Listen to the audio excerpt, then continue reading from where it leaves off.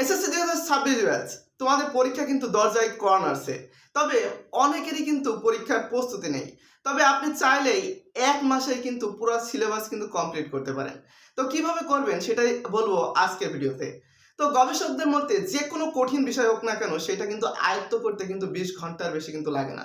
তো আজকে আমরা বেশ কয়েকটা আইডিয়া শিখবো এই বিষয়ে। তো আইডিয়া নম্বর ১, যেহেতু কোনো একটা সাবজেক্ট শেষ করতে সাধারণত ২০ ঘন্টার বেশি কিন্তু আসলে সময় লাগার কথা কিন্তু নয়। তো দৈনিক যদি আপনি ৯ থেকে ১০ ঘন্টা যদি করে পড়েন, সেক্ষেত্রে কিন্তু ৭ থেকে ৮ টা কিন্তু কঠিন সাবজেক্ট থাকে। তো সেই সাবজেক্টগুলো আপনি দৈনিক ১ ঘন্টা করে পড়লে ২০ দিনে দাঁড়ায় ২০ ঘন্টা এবং সহজ, সহজ সাবজেক্টগুলো আপনি ৩০ মিনিট করে পড়ুন। তাহলে এই ২০ মিনিটে ২০ দিনে কিন্তু আপনার সম্পূর্ণ সিলেবাসটা কিন্তু আসলে কমপ্লিট হয়ে যাবে। এবং বাদবাকি ১০ দিন আপনি কি করবেন?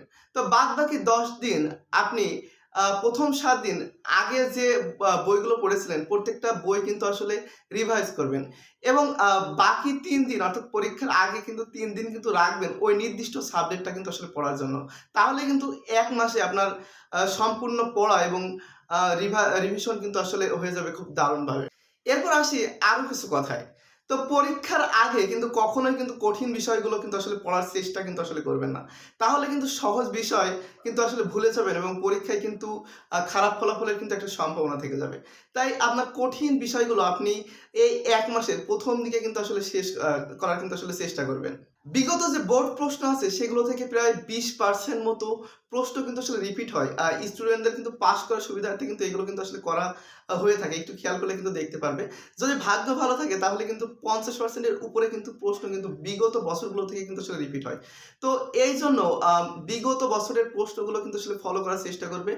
শুধু কমন পাওয়ার জন্য নয়, এই প্রশ্নগুলো পড়লে আসলে তোমার প্রশ্নের বোর্ড পরীক্ষায় আসলে প্রশ্নের প্যাটার্ন গুলো কেমন হতে পারে সেইগুলো কিন্তু আসলে বোঝা কিন্তু আসলে সহজ হয়ে যাবে।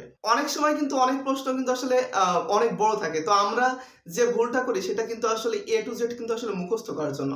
তো এই মুখস্থ কিন্তু পরিহার করার চেষ্টা করতে হবে। কারণ মুখস্থ আ অনেকের অধিকাংশের ক্ষেত্রে কিন্তু আসলে মনে থাকে না। ২-১ জনের ক্ষেত্রে থাকে সেটা আসলে ব্যতিক্রম বিষয়।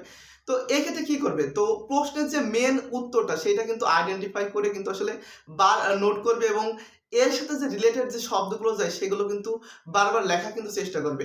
তো এর ফলে কিন্তু তুমি কিন্তু সহজেই ওই বিষয়টা নিয়ে কিন্তু প্রশ্ন আসলে কিন্তু আসলে লিখতে পারবে। এরপরে সবথেকে লাস্টের যে বিষয়টা আছে ডু অর ডাই।